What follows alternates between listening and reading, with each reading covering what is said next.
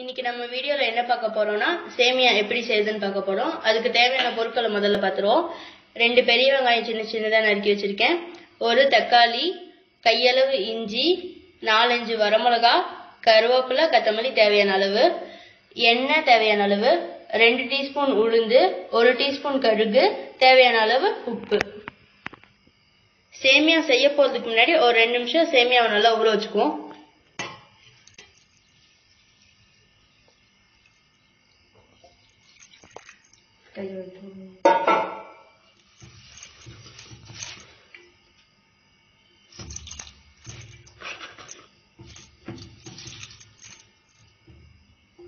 சேமியா ஒரு 2 நிமிஷம் ஊறட்டும்.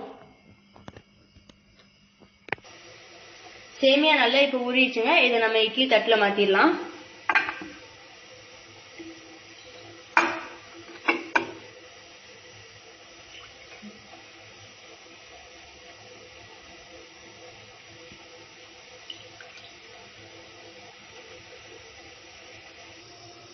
இப்ப நம்ம இதை இட்லி பாத்திரத்துல வச்சு ஒரு 10 நிமிஷம் நல்லா வேக விட்டுருவோம்.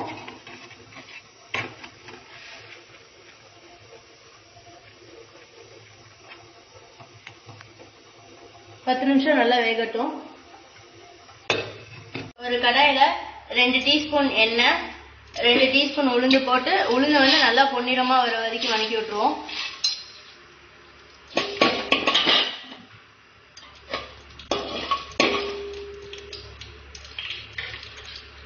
நல்லா பொன்னிறமா வர வரைக்கும் வெயிட் பண்ணுங்க.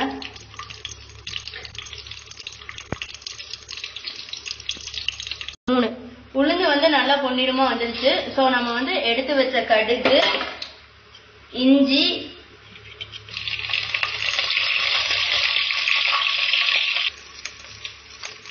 கடுகு வந்து நல்லா வெடிச்சிருச்சு. இப்ப வந்து எடுத்து வச்ச கருவேப்பிலையும் மிளகாவையும் போட்டுருவோம்.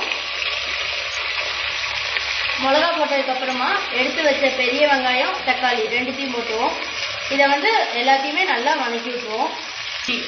இது வந்து நல்லா வணங்குறதுக்காக நம்ம வந்து கொஞ்சம் உப்பு சேர்ப்போம்.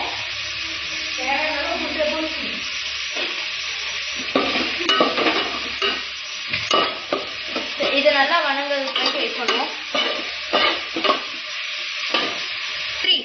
இது வந்து நல்லா வணங்கட்டும். அதனால சேமியா வெந்துருச்சா நம்ம பார்த்துருவோம்.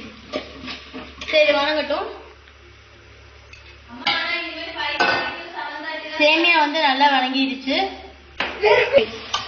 நல்லா வெந்துடுச்சு. இப்ப இதை எடுத்து கொஞ்சம் ஆற வச்சுக்குவோம். ரொம்ப சூடா இருந்து போட்டோம்னு நல்லா இருக்காது. சேமியா வந்து ஒரு பெரிய தட்டுல போட்டு ஆற வச்சிருவோம். அப்பதான் சேமியா நல்லா உதிரி உதிரியா நல்லா இருக்கும்.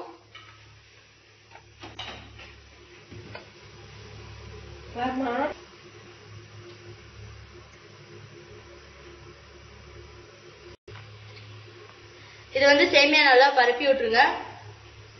நல்லா ஆறட்டும்.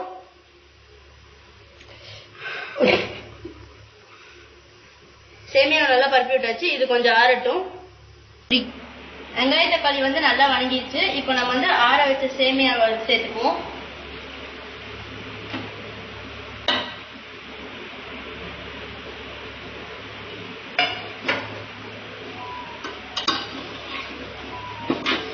வெங்காய தக்காளியிலே நம்ம வந்து சேமியாக்கு தேவையான அளவு உப்பு போட்டோம். அதனால வந்து சேமியாக்கு தனியா உப்பு போட தேவையில்ல.